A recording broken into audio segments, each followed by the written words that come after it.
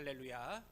먼저 우리 하나님이 저와 여러분에게 복을 주시고 은혜 주시는 복된 주일 은혜의 한 주간 되시기를 먼저 주님의 이름으로 간절히 축원드립니다. 어느 아프리카 선교사 사모님이 갑자기 한국 과자가 먹고 싶다는 생각이 든 것입니다. 문제는 아프리카에서 당시에는 한인 마트도 없었고 한국 사람들이 그렇게 많지 않은 시대였기 때문에 생각만 하는 것만 해도 굉장히 힘든 그런 시절이었다고 합니다. 그런데 마침 남편 선교사님이 집에 들어오시면서 한국 과자를 이렇게 가지고 들어오는 것입니다. 깜짝 놀란 선교사 사모님이 어디서 난 한국 과자냐고 물으니까 이 선교사님이 오는 길에 한 청년을 만나는데 이 선교사님 보고 어느 나라 사람이냐라고 묻길래 한국 사람이라고 얘기했더니 자기가 갑자기 한국 과자 생겼다고 그러면서 추덜한 것입니다. 그러면서 이 선교사님 사모님이 그 이야기를 듣고는 방금 한국 과자가 먹고 싶다는 생각을 잠깐 했는데 이렇게 하나님이 기적처럼 이루어 주시는 하나님이라고 기뻐하는 그러한 말씀하셨다는 것입니다. 이를 본 선교사님이 이 사모님을 오시면서 조금 아쉬워하면서 이왕이면은 과자를 생각하지 말고 자동차를 생각하지 그랬냐고 그렇게 말씀하셨다는 말씀을 들은 적이 있습니다. 여러분, 기독교는요 기적의 종교입니다. 성경에 많은 기적의 사건들이 등장합니다. 가장 큰 기적은 하나님 되신 우리 예수님께서 이 땅에 오신 사건이 가장 큰 기적입니다. 이 땅에 오신 또 우리 주님은요 많은 기적과 표적을 행하셨습니다. 물을 포도주로 만드셨고요, 병든 자를 고치시고 죽은 자를 살리셨습니다. 물 위를 걸으시고 귀신을 쫓아내십니다. 수많은 기적과 기사를 일으키셨습니다. 그래서 어떤 신학자는요 성경에서 모든 기적의 사건을 제거하고 보면요 성경에 남는 것은 가죽 표지밖에 남지 않는다라고 말할 만큼 성경은요 하나님의 기적과 이사로 가득 찬 그러한 말씀의 내용들입니다. 오늘날 이 시대를 말하면서 기적이 필요한 시대라고 말씀들 하십니다. 저는 먼저 여러분의 삶 속에 하나님의 놀라운 기적이, 아니 우리가 생각만 해도 이루어지는 그 기적들이 저와 여러분의 일상에 또 우리의 삶 가운데 나타나기를 우리 주님의 이름으로 간절히 축원드립니다. 오늘 본문은요 예수님께서 갈릴리 바다 건너편으로 가시며 시작됩니다. 무리들이 주님을 따라옵니다. 예수님은 산에 오르셨고 사람들도 주님 곁을 지켰습니다. 얼마나 많이 모였는지 그 수가 장정만 5,000명이라고 성경은 말씀하고 계십니다. 주님의 말씀을 듣고 기적도 보았습니다. 시간 가는 줄 모르고 아마 이들은 즐거워했을 것입니다. 그런데 문제가 생겼습니다. 여러분, 예수님께서 친히 계시고요 예수님의 말씀을 듣는 그 장소에도요 그 사람들에게 문제가 일어나더라는 것입니다. 우리는 주님을 믿기 때문에 문제가 사라진다고 여기지만은 문제는요 이 땅의 삶 속에 늘 찾아오는 것이 우리 인생입니다. 그러나 나에게 찾아온 문제로 우리가 낙심하고 절망함이 아니라 주님 안에서 답을 찾고 해결받을 수 있다라고 성경은 늘 우리에게 말씀하고 계십니다. 여러분, 이 시간 어떤 문제로 답답해하고 있다면은 주님 때문에 해결받으시고 응답받는 여러분이 되길 축원드립니다. 예수님 주변의 무리들에게도요 문제가 찾아왔습니다. 그 문제는 바로 먹는 문제입니다. 식사할 방법이 없었습니다. 오늘날 이 시대도요 가장 큰 문제가 먹고 사는 문제라고 이야기합니다. 그때나 지금이나 똑같습니다. 예수님 앞에 수많은 사람들이 모였지만은 그들에게도 먹는 문제가 생겼습니다. 제자들이 찾아봤지만은 보리떡 5개와 물고기 2마리가 전부였습니다. 여러분, 우리 인생도요 문제의 연속성 위에 있습니다. 그러나 문제를 풀어가는 것이 또 인생이기도 합니다. 살아있다는 것은 문제를 가지고 풀어가는 과정이 되기 때문입니다. 그런데 내가 풀 수 있는 문제가 있고 내가 풀 수 없는 문제가 있습니다. 우리가 고민해도 풀리지 않는 문제가 있을 때가 있습니다. 우리는 내 힘으로 아는 것을 내 능력이라고 말합니다. 그러나 내 힘으로 할 수 없는 것이 바로 기적이라고 성경은 말씀하고 계십니다. 저는 문제와 어려움 속에서 주님의 그 기적을 날마다 여러분의 삶 가운데 체험할 수 있길 축원드립니다. 오늘 본문은요, 특별히 일상의 기적의 그 사건을 말씀하고 계십니다. 그렇다면 본문에서 기적이 일상이 되는 그 비결을 무엇이라고 말씀하고 계실까요? 첫 번째는요, 순종이라고 말씀하고 계십니다. 주님께서 말씀을 전하시던 그 순간 제자들에게 떡을 사서 이 사람들을 먹이라고 주님은요, 제자들에게 말씀하셨습니다. 그때 주님 말씀에 제자 빌립이 이렇게 답변합니다. 우리 7절 말씀 같이 한번 읽어보겠습니다. 빌립이 대답하되 각 사람으로 조금씩 받게 할지라도 이박 떡이 부족하리이다. 지금은 교통이 발달했기 때문에 쉽게 사람들이 많이 모이는 걸 볼 수 있습니다. 큰 식당만 가도요, 수백 명씩 앉아있는 사람들을 보게 됩니다. 아니, 교회도요, 대형 교회는 수천 명, 그 이상 수만 명이 모이는 교회들도 있습니다. 하지만 예수님 당시에 이스라엘에서 장정 5천 명이 모이는 경우는요, 쉽지 않은 일이었습니다. 아무리 유명한 사람이 왔어도 이렇게 사람들이 모이지 않았습니다. 그런데 빌립은요, 예수님의 말씀을 듣자마자 사람들을 계산하기 시작합니다. 심지어 얼마의 밥값이 필요한지를 주님께 말씀드리기도 합니다. 제가 예전에 수영로 교회에서 부목사일 때 본당 좌석이 5,000석이었습니다. 주일 하루에 7번 예배 드리는데 예배마다 예배 참석자들을 이 부교육자들이 숫자를 셉니다. 보통 헌금 시간에 수를 세기 시작하는데 꼭 수를 세고 있으면요, 그 앞에서 돌아다니시는 분들이 꼭 계십니다. 수십 명의 목사와 전도사들이 함께 수를 세지만은 사실 그 안에서 숫자를 세는 것이 쉽지 않을 때가 많이 있습니다. 그런데 당시에 5천 명이 모인 것을 본 적도 없는 이 제자들 중에서 빌립은요, 단번에 지금 앉아있는 사람이 얼마라는 것을 그는 쉽게 주님께 말씀드립니다. 심지어 그는요, 거기에 더 나아가 밥값까지 계산했습니다. 예수님께 200데나리온이 필요하다고 말씀드렸기 때문입니다. 문제는 결론적으로 계산해 보니까요, 절대로 우리는 감당할 수 없다라는 결론으로 주님 앞에 대답하게 됩니다. 여러분, 빌립은요, 철저하게 계산한 사람이었습니다. 내가 이 일을 해서 얻을 것이 무엇이고 이 일을 통해서 내가 무엇을 내가 또 취할 수 있는지를 먼저 계산합니다. 먼저 주어졌으니 일한 것이 아니란 것입니다. 정확하게 따지고 계산해 보면서 이후에 결정하는 것입니다. 내가 어디까지 발을 들여 관여할지를 계산하는 것입니다. 오늘 본문의 말씀은요, 마가복음 6장에서도 등장합니다. 그런데 제자들이 할 수 없는 이유를 주님께 이렇게 말씀드립니다. 여기는 빈들이고 또 날도 저물어 갑니다. 문제는 지금 사람들이 너무나 많이 모여 있습니다.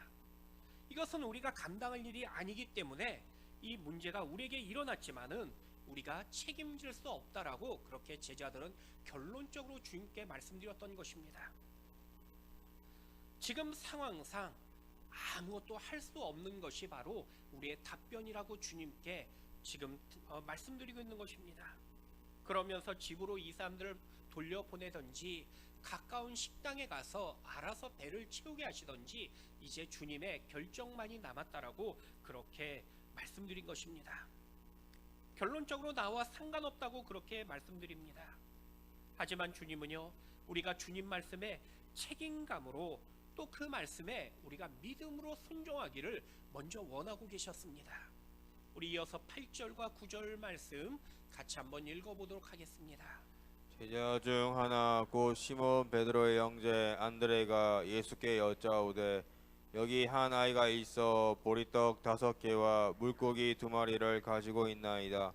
그러나 그것이 이 많은 사람에게 얼마나 되겠사옵나이까? 여러분, 다른 제자들은요, 모두 부정적으로 할 수 없다고 답변드립니다. 하지만 안드레는요, 주님이 말씀하셨으니 이 일이 곧 내일이라고 그렇게 여겼던 것입니다. 주님께서 말씀하신 것을 내가 풀어보기 위해서 일단 내가 먼저 순종하겠습니다라고 그는 결심했습니다. 모든 제자들이 안 된다라고 말할 때 안드레만큼은요 주님의 말씀에 내가 감당해 보겠다라고 여겼던 것입니다. 그래서 최선을 다합니다. 물론 이 많은 사람을 직접 먹일 수 있는 그런 일은 쉽지 않았습니다. 안드레가 열심히 노력했지만 그가 얻을 수 있었던 것은 물고기 2마리와 보리떡 5개였습니다. 안드레는요 주님 말씀에 순종하고 싶지만은 내 능력에 한계가 있다라고 주님 앞에 고백한 것입니다. 여러분, 주님 앞에 내가 감당하려고 노력하면요 최선으로 순종하면 나머지는 주님께서 친히 책임져 주신다는 사실입니다. 주님은 또 그런 사람을 통해서 일하기를 원하십니다. 나의 문제라고 여기며 주님께 가지고 가서 주님 앞에 내놓는 사람을 통해서 주님은요 그 문제를 풀어주신다는 것입니다. 여러분, 어디든지 사람이 모이면요 문제가 꼭 발생하게 됩니다. 그런데 어떤 사람은 무조건 그 문제를 피하려고만 하는 경우를 봅니다. 나만 아니면 된다고 여기기 때문입니다. 또 어떤 사람은요 먼저 계산하고 따져봅니다. 내가 이 일을 통해서 얼마만큼 얻을 수 있을 것인지, 내가 또 취할 수 있을 것인지를 계산해 봅니다. 아니, 어떤 사람은요 교회를 통해서도 내가 얻을 명성과 칭찬을 따지며 그 일을 일하려고 합니다. 나에게 이득이 없을 것 같으면은 아무리 주님의 일일지라도 할 수 없는 수천 가지의 이유를 생각해냅니다. 모든 일이 할 수 없고 내 상황이 어쩔 수 없어서 주님도 어쩔 수 없다고 스스로 위로하며 그리고 위안하기도 합니다. 이것만큼은 주님께서 기적을 일으키실지라도 해결할 수 없는 문제라고 스스로 그렇게 생각하기도 합니다. 하지만 주님은요 여러분들이 먼저 믿음으로 순종하기를 원하고 계십니다. 여러분, 주님이 말씀에 내가 기쁨으로 순종하며 기쁨으로 화답할 수 있는 저와 여러분의 믿음의 모습이 될 수 있길 축원드립니다. 저희 딸들이 아주 어릴 때는요 제가 물 한 잔만 떠올래라고 말하면은 서로 먼저 떠오겠다고 달려갑니다. 그리고는 각자 물 한 컵씩 떠가지고 또 신나서 저에게 달려옵니다. 그러면 이미 거실에 물이 절반은 떨어져 있고 그리고 컵에는 물이 절반만 남아있는 것입니다. 그래도 그 물맛이 얼마나 꿀맛인지 모릅니다. 그런데 예전 사춘기일 때는요 제가 물 한 잔 떠오라고 하면요 자기도 힘들어 죽겠다고 말합니다.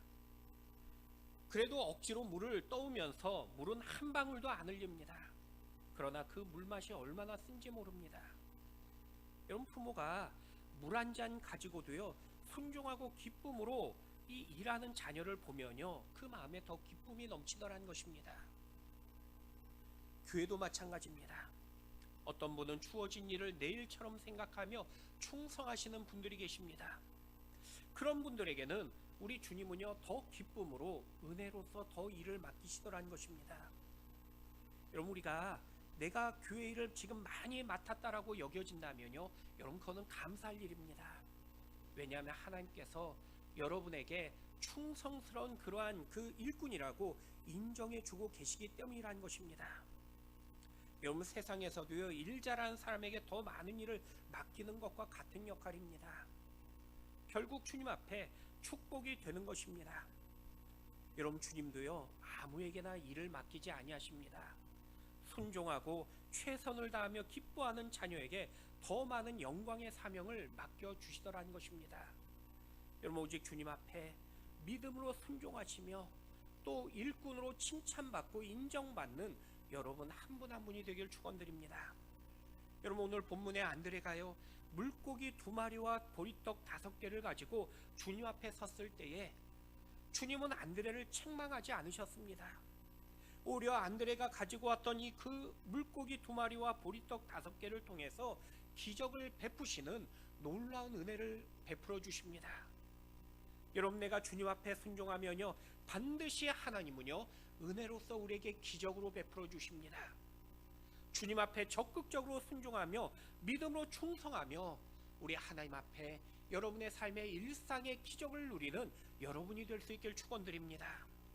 여러분, 주님은요 회피하고 계산하는 사람들 통해 일하지 아니하신다고 오늘 말씀하십니다.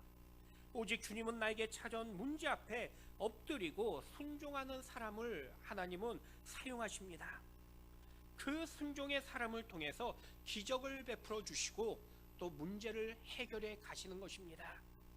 여러분 믿음 가운데 순종하시고 나를 사용하옵소서 고백하시며 주님 앞에 늘 엎드리시는 여러분 될 수 있기를 다시 한번 주님의 이름으로 간절히 축원드립니다. 두 번째는요, 헌신할 때입니다. 안드레가 순종하고요, 주님 앞에 그 가져온 보리떡 5개와 생선 2마리, 이것이 전부였습니다. 당시 어린아이에 한 끼 식사했습니다. 안드레가 순종했지만요, 자신의 한계를 고백합니다. 우리 9절 말씀 같이 한번 읽어보겠습니다. 이 한 아이가 있어 보리떡 5개와 물고기 2마리를 가지고 있나이다. 그러나 그것이 이 많은 사람에게 얼마나 되겠사옵나이까. 말만 잘하는 교인 몇 사람들이 모여서 자신들의 헌금에 관한 그러한 그 생각을 이야기합니다. 한 교인이 먼저 말합니다.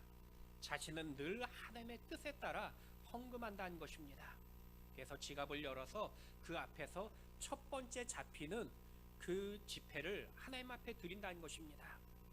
문제는 이 사람은요, 지갑 맨 앞에 늘 1,000원짜리만 가득 채워놓습니다. 그러자 두 번째 교인이 말합니다. 자신은 오직 주님의 원리에 따라서 헌금한다는 것입니다. 그래서 토요일날 이 작은 원을 그려놓고 그리고 자신이 드릴 돈을, 헌금을 이제 그 던져가지고 그 원 안에 들어간 그 돈만 헌금한다는 것입니다. 문제는 그 원 안에 늘 동전만 들어간 것입니다. 그러자 마지막 교인이 말합니다. 자신은 늘 하나님께 그 영광에 따라 헌금한다고 말합니다. 그래서 하늘로 돈을 던져서 하늘에서 받는 것은 주님 것이고 땅으로 떨어진 것은 자기 거라는 것입니다. 그래서 늘 하늘에서 받지 않으셔서 자신은 지금까지 헌금을 하지 않았다라는 그런 이야기를 하는 것입니다. 여러분 말만 잘하는 오늘날 현대 교인들의 인색함을 꼬집는 이야기입니다. 헌신하지 못하는 사람들은요, 나름대로 다 이유가 있고 그리고 드릴 수 없는 원리가 있다고 말합니다. 하지만 주님은요, 드리는 자를 통해 헌신하는 자를 통해서 기적을 일으키신다고 말씀하십니다. 여러분 당시 주님 앞에 수많은 사람들이 지금 앉아 있었습니다. 그런데 오직 어린아이만 자신의 물고기 2마리와 보리떡 5개를 안드레에게 드렸습니다. 그런데 저는 이 본문의 말씀을 잘 생각해 보면서 여기 많은 사람들 중에서 도시락을 이 아이만 가지고 있었을까라는 사실 그런 상상을 해봅니다. 왜냐하면 그 당시에 장정 5,000명과 그 다음에 어린아이와 여인들까지 하면은 좋게 신학자들은 적게는 10,000명 그리고 많게는 30,000명 이상의 숫자가 여기 앉아있을 거라고 그렇게 여겼을 것입니다. 아마 몰라도요, 자기 주머니에 작은 간식거리 하나씩은 더 가지고 있을 수도 있었을 것입니다. 그러나 성경은요, 제자들이 가진 전부가 지금 보리떡 5개와 물고기 2마리라고 말씀하고 계십니다. 다시 말씀드리면 여기 모여있는 모든 사람들이 가지고 있는 것이 아니라 제자들이 급하게 찾은 것이 어린아이의 그 드려진 도시락이 전부라고 말씀하고 있는 것입니다. 다시 말씀드리면은 지금 주님 앞에 드려진 여기 제자에게 드렸던 그 물건은요, 오직 어린아이 1명밖에 없었다는 것입니다. 여러분 주님은요, 우리에게 드림이 얼마나 중요한지를 우리에게 가르쳐 주십니다. 어린아이는 따지고 계산하지 않았습니다. 그냥 드렸다는 것입니다. 놀라운 사실은요, 드렸더니 주님과 나와의 관계에서 이제는 다른 사람까지 나눌 수 있는 그런 기적의 도구가 되는 것입니다. 작은 드림으로 시작된 이 출발은요, 큰 나눔의 그 역사의 기적이 된 것입니다. 나는 단지 주님께 드렸을 뿐이었는데 주님은 그것을 가지고 기적을 일으키셨다는 것입니다. 기적이 일어나니까 혼자 먹기도 부족했던 도시락이 이제는 모든 사람과 나누고 충분히 먹고도 남는 그러한 하나님의 놀라운 기적의 도구가 된 것입니다. 여러분, 드림이 없는 인생을요, 주님은 결코 사용하지 않는다라는 것입니다. 내가 드린다는 것은 내가 가지고 있는 것을 포기한다는 의미이기 때문입니다. 나눈다는 것은요, 내가 움켜쥐고 있는 것을 또 포기한다는 뜻입니다. 여러분, 드린다는 의미는요, 나의 가진 것을 결국 내려놓았다는 뜻입니다. 만약 물고기 2마리와 보리떡 5개를 주님께 드리지 않았다면요, 아마도 어린아이가 사람들 속에서 혼자 한 끼 먹는 것으로서 이 사건은 끝났을 것입니다. 그러나 드려졌을 때 5,000명을 먹이고도 남는 기적의 도구로 이 도시락은 변하게 됩니다. 여러분, 이처럼 주님께 드리면요, 쓰임받고 또 남는 기적의 도구가 될 수 있다는 것입니다. 내가 주님께 드려지면요, 그 인생은 기적의 인생으로 변화가 되어지는 것입니다. 여러분, 그 기적의 주인공이 바로 여러분이 될 수 있길 축원드립니다. 여러분, 오늘 주님께서요, 우리에게 주신 것을 가지고 주님을 위해 사용하는 것이 드림이며 헌신이라고 우리에게 가르쳐주고 계십니다. 우리는 종종 우리의 것을 주님 앞에 드린다고 생각할 때가 많이 있습니다. 그러나 사실 주신 분도 하나님이시고 취하시는 분도 하나님이라고 우리에게 말씀하고 계십니다. 우리는 드림을 말할 때 가장 먼저 떠올리는 것이 물질들입니다. 오늘날 같은 물질주의 시대에 물질로 가장 드리기 힘든 것이 될 수 있기 때문입니다. 하지만 물질을 드린다는 의미는요, 내 물질의 주인이 바로 하나님이란 고백입니다. 내가 포기하지 못하는 그 물질까지도 하나님 것이라는 것을 우리는 선포하는 것입니다.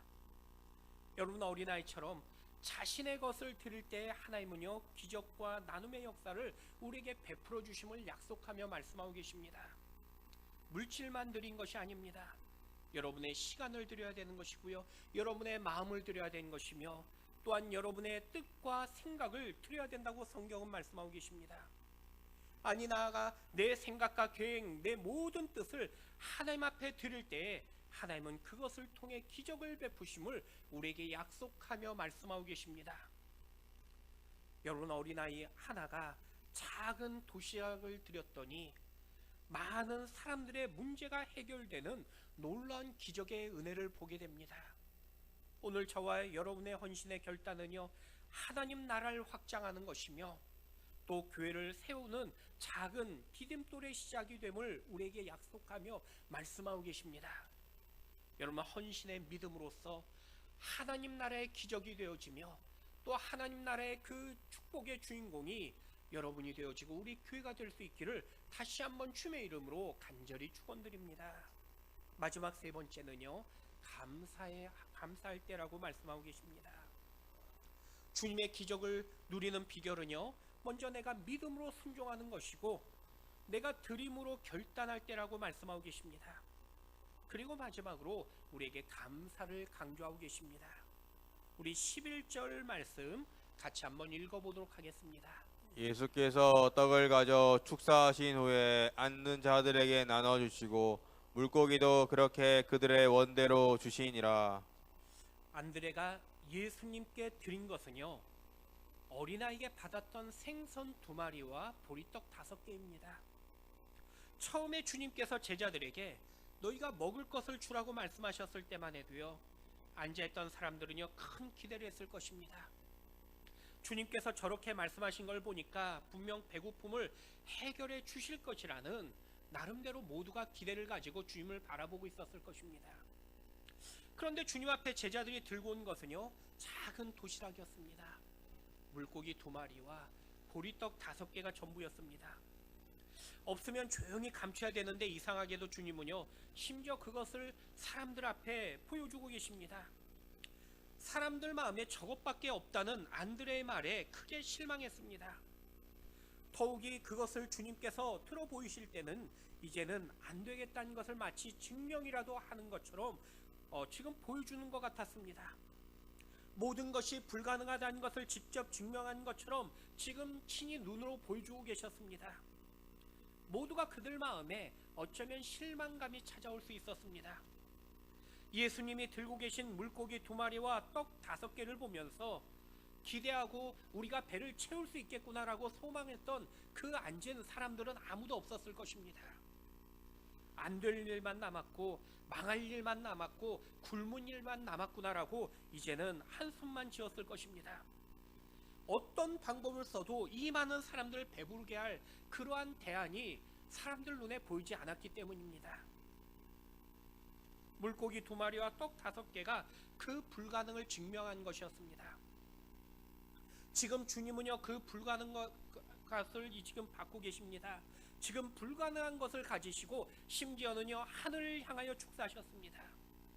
여러분, 여기 축사하다는 말은요, 축복하고 감사하다라는 뜻입니다. 여러분, 사실 주님은요, 굳이 기도하지 않으셔도요, 기적을 일으키시는 기적의 능력의 하나님이십니다. 단지 말씀만으로도, 아니 눈빛만으로도요, 세상을 창조하시고 세상을 바꾸시는 하나님이시기 때문입니다. 그럼에도 먼저 감사의 기도를 하셨던 이유는 우리에게 감사의 기도의 그 능력을 가르쳐 주시기 위함인 것입니다. 감사가 얼마나 큰 능력이고 기적을 일으킬 수 있는지를 직접 이를 통해 보여주고 가르쳐 주신 것입니다. 여러분, 주님은요, 세상에서 불가능하다고 여겨지고요, 또 할 수 없다고 느껴지는 것을 가능하고 그리고 할 수 있게 바꿀 수 있는 그 방법을 우리에게 친히 가르쳐 주신 것입니다. 그것이 바로 감사입니다. 여러분, 감사의 기도는요, 내가 볼 때 분명 불가능한 것입니다. 하지만 감사는요, 가능하게 되는 기적의 비결이라는 것입니다. 여러분, 우리는 보통 감사는 그 결과를 보고 그 다음에 할 때가 많이 있습니다. 그런데 주님의 감사는요, 아직 결과가 없었지만은 이미 확신을 갖고 행하는 그런 기도였습니다. 지난날 광야에서 만나와 메추라기를 먹이신 그 하나님께서 지금도 떡과 물고기를 통하여 먹여주실 것이라는 그 믿음의 선포를 보여주셨던 것입니다. 여러분, 주님은요, 오늘 저와 여러분의 하나님이시라고 말씀하고 계십니다. 우리의 기도를 들어주시는 우리의 주님 되십니다. 그 주님 앞에 늘 감사로 먼저 영광 돌리며 기적의 확신을 가질 수 있는 저와 여러분이 되길 축원드립니다. 여러분, 사람은요, 누구나 자신의 방법대로 살아가게 됩니다. 내가 문제가 생기면은 내 방법으로 그 문제를 풀려고 합니다. 내 인생의 방식대로 내가 경험하고 보았던 그 가치관으로 살아가는 것이 인생들입니다. 그것이 사람의 모습입니다. 그런데 사람들은요, 보통 내가 할 수 없다, 내가 풀 수 없다라고 여길 때는 이제는 내 문제를 다른 사람의 그 탓으로 떠받치는 것이 늘 사람들의 모습이기도 합니다. 여러분, 똑같은 문제를 봐도요, 학교의 교사들이 말하는 이유가 다릅니다. 대학 교수는요, 학생들의 그 문제를 일으키는 모습을 보면서 쟤네들은 고등학교에서 전인 교육을 제대로 받지 못했기 때문이라고 그렇게 고등학교 교육의 탓을 말합니다. 그럼 고등학교 교사들은요, 아이들을 보면서 저 아이들이 중학교에서 이 교사들에게 제대로 배우지 못한 그런 그 인격적인 문제라고 그렇게 중학교에 탓을 합니다. 또 중학교 선생님들은요, 아이들의 그 문제를 보면서 아이들이 초등학교에서 기본 교육을 받지 못했기 때문이라고 그렇게 탓하며 말한다고 합니다. 그러면 초등학교 교사들은요, 아이들을 보면서 유치원 교사들에게 제대로 처음부터 교육받지 못했기 때문이라고 그렇게 탓한다고 말합니다. 유치원 선생님들은 가정교육 탓이라고 그렇게 말씀을 하신다고 합니다. 늘 문제에 있어서 내가 가르친 문제가 아니라 다른 사람에게 잘못 배웠기 때문이라고 그렇게 말한다는 것입니다. 여러분, 모두가 내 입장에서 다른 사람들 때문이라고 우린 말합니다. 내 문제라고 말하지 않는다라는 것입니다. 심지어 내 방법과는 다르다고 말합니다. 교회도요, 자신이 살아온 방식대로 하나님을 만나려고 합니다. 내 생각과 내 경험을 가지고 교회에서 일하고 섬기려고 하는 것입니다. 그러나 내 방법으로 섬길 때 문제가 일어나는 것입니다. 여러분, 주님께서 우리에게 보여주신 유일한 방법은요, 오직 감사라는 것입니다. 감사하면요, 우리 주님이 깨닫는 은혜를 주신 것입니다. 모두가 남의 문제였고 다른 사람의 문제였던 것이 감사하기 시작하면은 이제는 나의 문제라고 우리는 여겨지기 시작하는 것입니다. 그래서 감사하면요, 나의 마음을 먼저 만져주시고 바꿔주시고 다른 사람의 삶도 바꿔주시는 그 은혜를 우리는 체험하게 됩니다. 여러분, 내가 문제를 자꾸 물리적인 힘으로 풀려고 하면요, 육체의 열매만을 맺게 됩니다. 세상의 방법을 동원하면은 당장은 풀려지는 것 같지만은 결국은 더 얽히는 것이 이 문제의 문제라는 것입니다. 하지만 감사의 그 기도를 통하면요, 하나님은요 성령의 열매를 우리에게 맺게 해주십니다. 여러분, 우리는요 감사의 기도를 통해서 기적의 응답을 누릴 수 있어야 되는 것입니다. 여러분, 감사의 기도를 통해서 하나님의 방법대로 하나님이 친히 풀어주시는 그 기적을 체험할 수 있길 축원드립니다. 여러분, 지금 내 눈에 아무것도 보이지 않고요, 모든 것이 불가능해 보일 수도 있습니다. 그러나 감사의 기도를 시작하면은 하나님의 행하실 그 기적을 바라보면서 하나님의 그 일하심을 우리는 선포하며 우리는 또한 믿음으로 우리는 나아갈 수 있게 됩니다. 여러분, 내가 힘들고 더 이상 할 수 없다고 여겨졌을 때 다시 감사의 회복을 이루어 가시는 여러분이 될 수 있길 축원드립니다. 주님은 우리의 문제를 풀어주시는 그 방법으로 감사를 우리에게 말씀하고 계십니다. 다시 한번 감사의 기도를 통해서 주님의 그 이루어 주실 그 놀라운 일을 바라보시고 선포하며 믿음으로 주님의 손에 붙들리는 여러분이 되길 축원드립니다. 이제 말씀을 맺겠습니다. 여러분, 주님의 그 행하신 기적의 결과를 오늘 본문 14절에 이렇게 말씀하십니다. 우리 14절 말씀 우리 같이 한번 읽어보도록 하겠습니다.